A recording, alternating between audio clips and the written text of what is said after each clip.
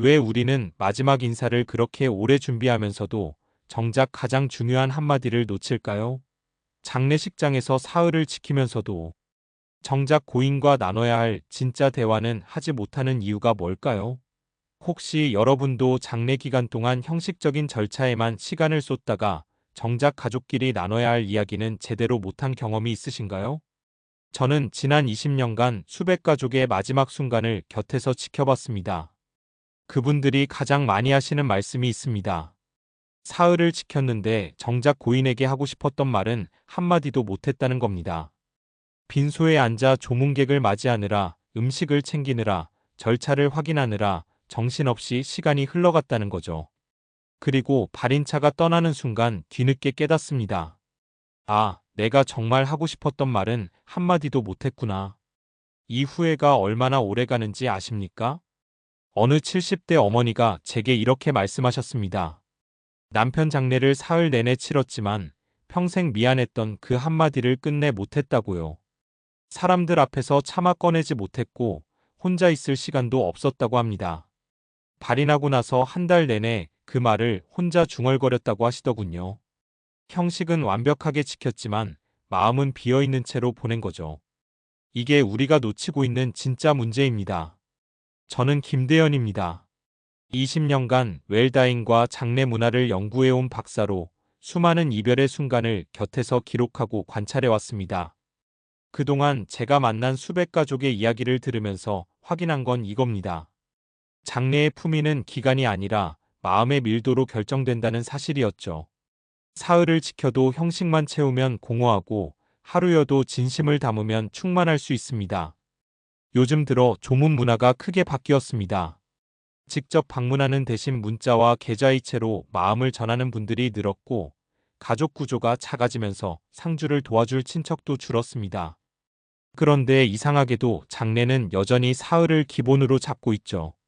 누가 와도 빈소를 비울 수 없고 밤낮으로 지켜야 한다는 관성이 남아 있습니다.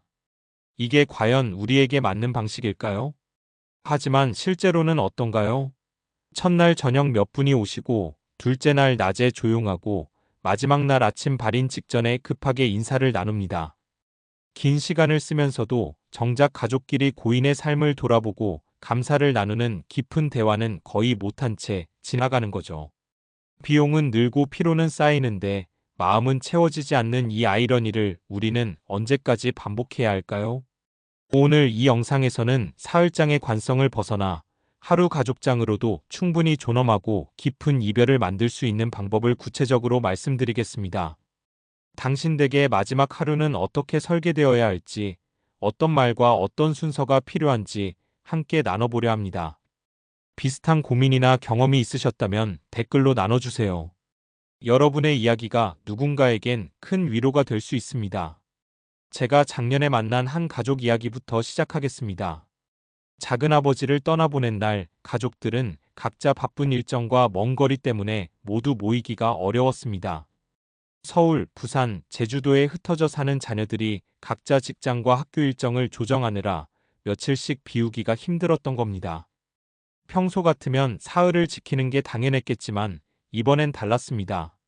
처음엔 큰 갈등이 있었습니다. 장남은 전통을 지켜야 한다며 사흘을 주장했고 차남은 회사 사정상 이틀도 버거워했습니다. 딸은 아이가 어려서 하루 이상 집을 비우기 어렵다고 했죠. 전화통화로 이틀 동안 논쟁이 이어졌습니다. 그런데 막내딸이 한마디를 했습니다. 우리가 지금 뭘 하고 있는 거냐고. 아버지는 형식을 원하셨을까 아니면 우리의 진심을 원하셨을까 하고요. 그 말에 모두가 멈췄습니다. 가족들이 모여 솔직하게 이야기를 나눴습니다. 우리 모두 시간에 쫓기고 있고 형식을 지키는 것보다 진짜 작별을 나누는 게 더 중요하다는데 의견이 모였죠. 그래서 결정했습니다. 사흘 대신 하루만 온전히 모여서 그 시간 동안 아버지 이야기만 하자고요. 조문객 맞이는 최소화하고 가족끼리만 아버지를 추억하는 시간으로 채우기로 한 겁니다. 그래서 이들은 큰 장례식장 대신 조용한 추모실 하나를 빌렸습니다. 고인의 사진을 크게 띄우고 생전에 좋아하시던 트로트 노래를 배경음악으로 틀었습니다. 벽면에는 아버지의 젊은 시절 사진부터 최근 사진까지 시간 순서로 붙여놓았습니다. 마치 한 사람의 인생을 한눈에 보는 것 같았죠. 가족들은 저마다 준비해온 손편지를 읽었습니다. 장남은 아버지께 배운 책임감에 대해 이야기했고, 차남은 늘 혼났지만 그게 다 사랑이었다는 걸 이제야 안다고 했습니다. 딸들은 목이 메어 말을 잇지 못했습니다. 그런데 가장 압권은 사촌 45세 민규 형이었습니다. 아버지가 10년 전에 쓴 손글씨 편지를 꺼내 읽기 시작했는데 거기엔 이런 내용이 있었습니다. 너희들이 바쁘게 사는 걸 안다. 나중에 내가 가면 오래 시간 내지 말고 하루만 모여서 밥 한 끼 먹고 웃으면서 보내라고요. 형식은 필요 없으니 진심만 있으면 된다고 적혀 있었습니다. 그 순간 방 안에 있던 모든 사람이 눈시울을 붉혔습니다. 고인이 이미 답을 주셨던 겁니다. 이틀을 더 지킨다고 해서 이 밀도가 채워지는 건 아니라는 걸 모두가 느꼈습니다. 아버지는 이미 알고 계셨던 거죠. 중요한 건 시간이 아니라 마음이라는 걸요. 처음엔 고모 한 분이 불안해하셨습니다. 형식이 너무 짧은 거 아니냐, 조문객도 없이 그냥 보내는 게 예의가 아닌 것 같다고 걱정하셨죠. 주변에서 뭐라고 하면 어쩌냐고, 전통을 너무 가볍게 여기는 거 아니냐고 계속 말씀하셨습니다. 그런데 마지막에 가족들이 직접 짧은 영상으로 감사 인사를 남기고 고인의 취향대로 작별꽃을 골라 올리는 과정을 함께하자 표정이 완전히 달라졌습니다. 직접 꽃을 고르면서 고인이 좋아하던 색깔과 향을 떠올리고 영상 메시지에 평생 하지 못했던 말을 담으면서 눈물을 흘리셨습니다. 이게 진짜 작별이구나. 우리가 진심으로 마음을 담았구나 하는 걸 느끼신 거죠. 저는 그 자리에서 확신했습니다. 이별의 무게는 시간의 길이가 아니라 마음의 순서로 결정된다는 것을요. 형식을 따르느라 시간을 쓰는 게 아니라 진짜 나눠야 할 말을 나누고 기억을 정리하는데 시간을 쓰면 하루여도 충분히 깊고 존엄할 수 있습니다. 여러분도 이런 변화를 경험할 수 있습니다. 하지만 그러려면 지금부터 여러분의 작은 습관을 바꿔야 합니다. 이 이야기를 끝까지 들어야만 전체 흐름을 이해하고 실천할 수 있습니다. 혹시 아직 구독과 좋아요를 누르지 않으셨다면 지금 바로 눌러주세요. 이 채널은 여러분의 존엄한 마지막과 건강한 노년을 응원합니다. 오늘 이 영상에서 말씀드릴 내용은 여러분의 장례 방식을 완전히 바꿀 수 있는 중요한 지혜입니다. 끝까지 보지 않으시면 가장 중요한 실천법을 놓치게 됩니다. 이 이야기를 끝까지 듣고 실천하셔야만 진정한 변화를 경험할 수 있습니다. 이렇게 마음의 순서를 바로 세우면 하루여도 충분히 깊을 수 있습니다. 형식에 갇혀 시간을 낭비하는 대신 진짜 대화와 기억 나누기에 집중하는 거죠. 이제 본격적으로 우리 일상에서 사흘장이 의미를 잃어가는 정확한 이유 5가지와 그 대안을 하나씩 짚어보겠습니다. 여러분이 몰랐던 조문 문화의 숨겨진 변화, 가족 구조가 바뀌면서 생긴 현실적인 문제들, 그리고 비용 부담을 절반으로 줄이면서도 더 의미 있는 이별을 만드는 구체적인 방법까지 모두 공개하겠습니다. 요즘 장례 문화가 급격하게 변하고 있습니다. 조문 문화가 축소됐고 가족 구조가 달라졌으며 비용과 시간의 제약이 커졌습니다. 무엇보다 중요한 건 형식을 지키는 것보다 관계를 마무리하는 힘이 훨씬 중요해졌다는 점입니다. 저는 지난 20년간 현장에서 다음 항목들을 반복해서 확인했습니다. 이제 하나씩 풀어보겠습니다. 우선 조문 방식 자체가 완전히 달라졌습니다. 예전에는 부고를 받으면 무조건 장례식장으로 달려가 조문했지만 요즘은 문자 메시지나 계좌이체로 마음을 전하는 분들이 압도적으로 많습니다. 직접 방문하는 인사가 온라인 메시지로 대체되면서 장시간 빈소를 지킬 유인 자체가 약해진 거죠. 한국보건사회연구원과 여러 통계기관 보고서들은 대면 모임의 축소와 비대면 애도의 증가를 꾸준히 확인하고 있습니다. 코로나 이후로는 이 경향이 더욱 뚜렷해졌고요. 제가 만난 박영수 68세님은 사흘을 지켰지만 대부분의 지인이 문자로만 인사를 보냈다고 말씀하셨습니다. 결국 첫날 저녁에만 가족들과 깊이 시간을 보내고 다음날 발인해도 좋겠다는 결론에 이르렀죠. 그래서 저는 이렇게 제안합니다. 조문을 기다리며 시간을 보내기보다 가족 인사 시간을 미리 편성해서 서로의 말을 듣는 순서를 확실하게 만드는 겁니다. 다만 여기서 주의할 점은 온라인 조문만으로 끝내면 가족 내에서 오해가 생길 수 있다는 겁니다. 최소 한 번은 얼굴을 마주하는 시간을 확보하는 게 중요합니다. 당신 가족에게 꼭 전하고 싶은 한마디는 무엇인가요?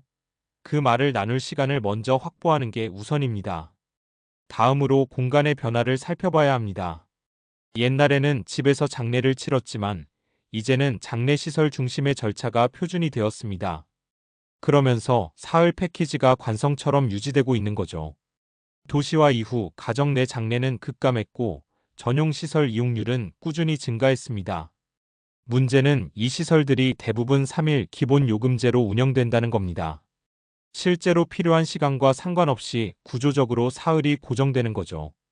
제가 상담한 최미정 72세님은 처음엔 큰 장례식장 로비를 예약했다가 나중에 작은 추모실로 바꾸셨습니다.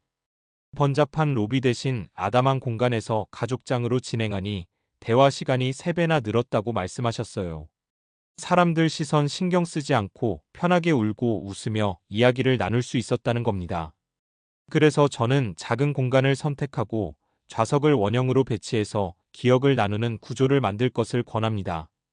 다만 공간이 아담해도 접근성과 휴식 공간은 꼭 확인하셔야 합니다. 우리 가족에게 편안한 공간의 조건은 무엇일까요?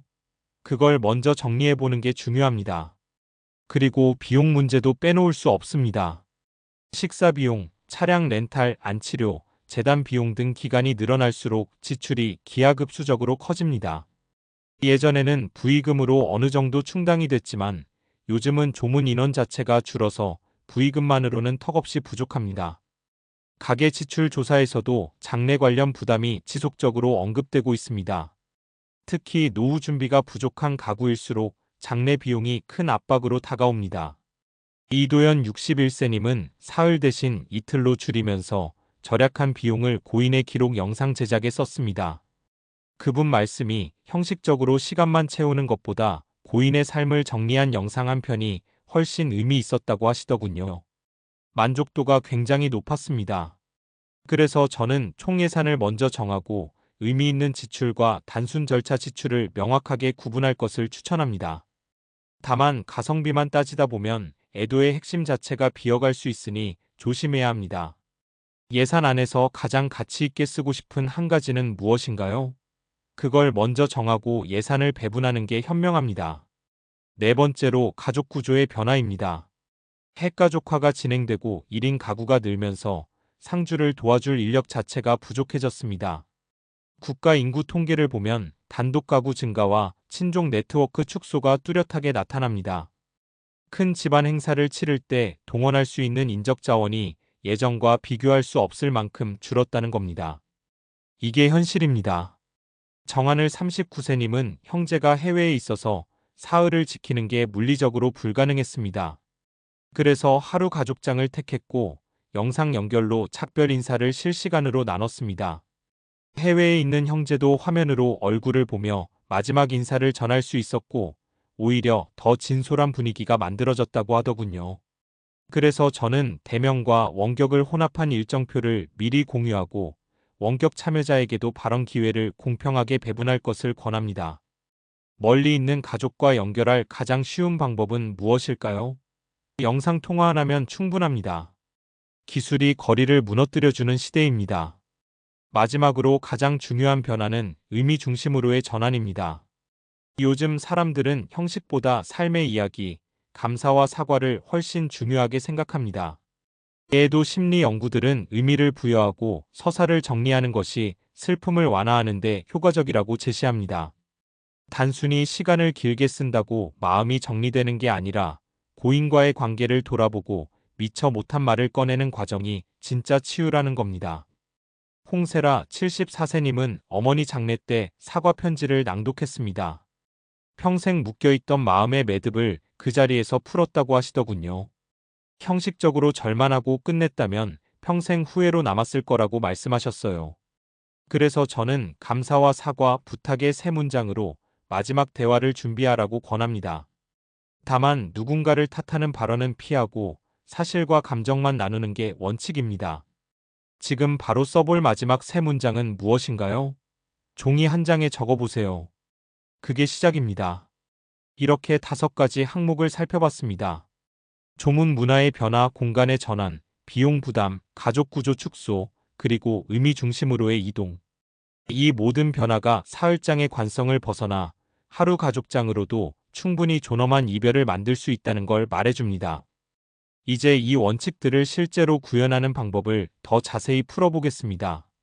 앞에서 말씀드린 원칙들을 실제로 어떻게 적용할 수 있는지 구체적인 실천법을 정리해 보겠습니다. 이 내용들은 제가 현장에서 직접 확인하고 여러 가족에게 제안했던 방법들입니다. 하나씩 따라오시면 됩니다.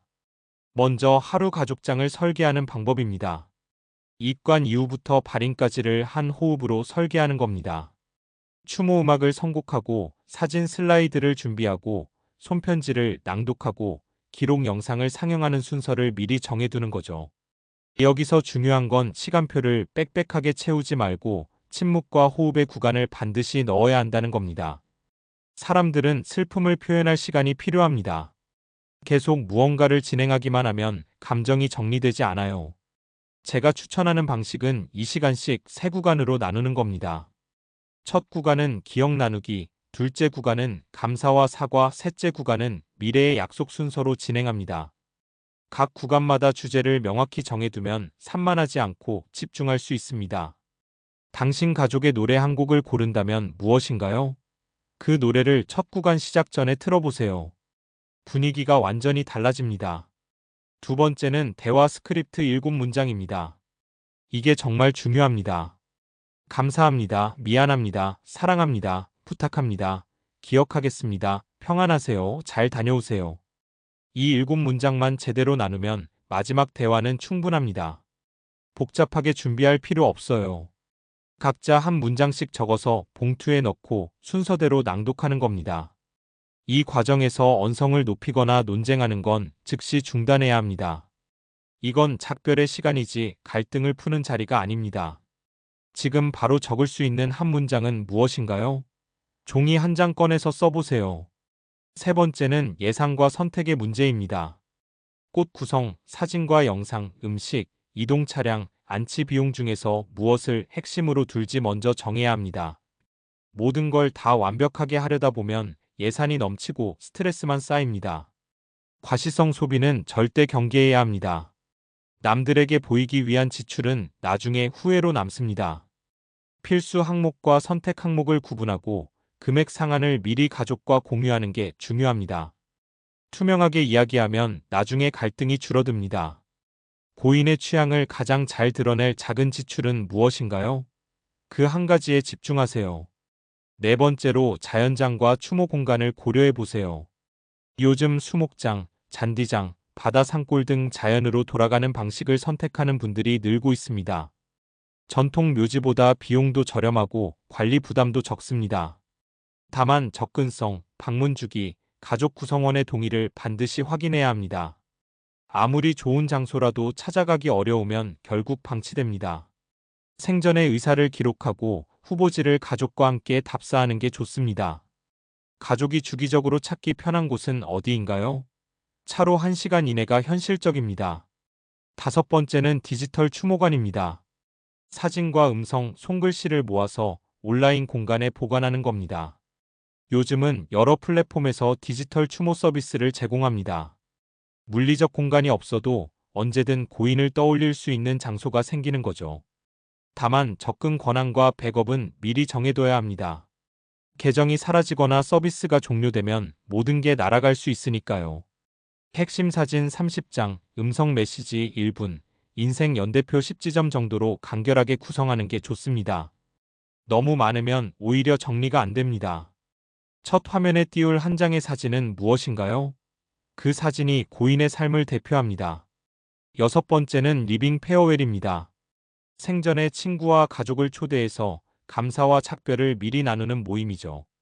서양에서는 이미 보편화된 문화인데 우리나라에서도 조금씩 시도하는 분들이 늘고 있습니다. 죽음을 기다리는 게 아니라 살아있을 때 직접 인사를 나누는 겁니다. 당사자의 체력과 감정을 최우선으로 배려해야 하고 초대 인원은 소수로 제한하는 게 좋습니다. 이야기 주제는 고마움과 전하고 싶은 부탁으로만 한정합니다. 과거의 잘못이나 갈등은 꺼내지 않는 게 원칙입니다. 지금 바로 초대하고 싶은 이름 세 사람은 누구인가요? 그 사람들과 차 한 잔 나누는 시간을 잡아보세요. 일곱 번째는 완화 돌봄 연계입니다. 통증과 불안을 줄이고 남은 시간을 편안하게 보내도록 돕는 돌봄 방식입니다. 이건 치료 포기가 아닙니다. 삶의 질을 높이는 선택입니다. 가족 모두가 이 점을 이해하도록 설명하는 게 중요합니다. 담당 돌봄팀과 증상 조절 계획, 집안 환경 정비, 보호자 휴식 계획을 함께 세워야 합니다. 보호자가 쓰러지면 아무것도 할 수 없습니다. 당신에게 가장 힘든 증상 하나를 지금 적어보시겠어요? 그걸 돌봄팀과 공유하는 게 시작입니다. 여덟 번째는 사전 연명 의향서입니다. 마지막 순간의 선택을 스스로 기록해두면 가족의 갈등을 크게 줄일 수 있습니다. 형식만 채우지 말고 이유를 함께 남기는 게 중요합니다. 연명 조치를 원하는지, 통증 조절은 어떻게 할지, 환기와 음악은 어떤 걸 원하는지, 옷차림과 착별 방식까지 구체적으로 적어두는 겁니다. 가족들이 혼란스러워하지 않도록 명확하게 남겨두는 거죠. 마지막에 꼭 듣고 싶은 소리나 음악이 있나요? 그것도 적어두세요. 작은 디테일이 큰 위로가 됩니다. 이렇게 8가지 실천법을 정리해봤습니다.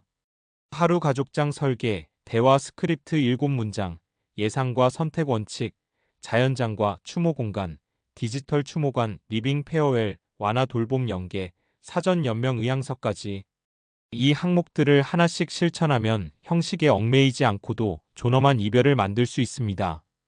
이제 오늘 이야기를 정리하면서 바로 시작할 한 가지를 제안하겠습니다.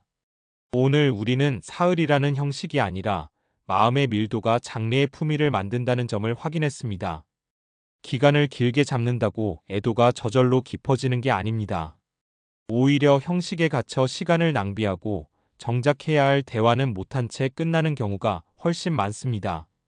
잘못된 상식은 장래를 오래 치르면 예의를 다하는 거라는 믿음이었습니다. 올바른 관리는 가족의 대화와 합의를 먼저 세우고 그에 맞춰 일정을 설계하는 방식입니다. 준비 없이 관성대로 진행하면 비용과 피로만 남기고 후회가 커질 수 있습니다. 조문객을 기다리며 사흘을 지켰지만 정작 가족끼리 나눠야 할 말은 한마디도 못하고 끝나는 경우가 얼마나 많습니까? 빈소에서 밤을 새우며 지친 몸으로 형식적인 절만하고 고인의 삶을 돌아볼 시간조차 없는 경우가 너무 흔합니다. 비용은 수백만 원씩 들어가는데 마음은 비어 있는 거죠. 이게 잘못 관리했을 때의 현실입니다. 반대로 의미 중심으로 재구성하면 하루여도 감사와 사과, 축복이 또렷해집니다. 고인이 좋아하던 노래를 틀고 손편지를 낭독하고 가족이 돌아가며 기억을 나누는 시간을 확보하면 짧은 시간이라도 밀도가 달라집니다. 형식적인 조문 인사보다 진솔한 대화 한마디가 훨씬 큰 위로가 됩니다. 비용도 절약하고 가족의 피로도 줄이면서 오히려 더 깊은 이별을 만들 수 있는 겁니다. 이게 제대로 관리했을 때의 효과입니다. 그렇다면 오늘 당장 무엇을 실천할 수 있을까요? 제가 드리는 단 하나의 제안은 가족 대화의 날을 잡는 것입니다. 날짜와 시간 두 칸을 달력에 표시하세요. 그리고 감사와 미안함, 부탁의 세 문장을 각자 써서 공유해 보세요. 거창하게 준비할 필요 없습니다. 종이 한 장에 연필로 써도 됩니다. 그 종이 한 장이 마지막 하루의 지도를 바꿉니다. 가족이 모여서 이 세 문장을 나누는 시간만 확보해도 나중에 후회할 일이 크게 줄어듭니다. 실제로 제가 만난 많은 가족이 이 방법을 실천하고 나서 표정이 달라졌습니다. 처음엔 어색하고 쑥스러워하지만 막상 시작하면 눈물이 쏟아지고 마음이 열립니다. 평생 하지 못했던 말을 비로소 꺼내게 되는 거죠. 이게 진짜 이별 준비입니다. 형식적으로 사흘을 지키는 것보다 살아있을 때 이 대화를 나누는 게 100배, 1000배 중요합니다. 오늘 이야기가 도움이 되셨다면 구독과 좋아요 부탁드립니다. 그리고 여러분 생각은 어떠신가요? 사흘장에 대한 경험이나 하루 가족장에 대한 의견이 있으시면 댓글로 나눠주세요. 여러분의 이야기가 누군가에겐 큰 힌트가 될 수 있습니다. 존엄한 이별은 시간이 아니라 마음으로 만들어집니다. 오늘부터 작은 실천 하나씩 시작해 보시길 바랍니다. 감사합니다.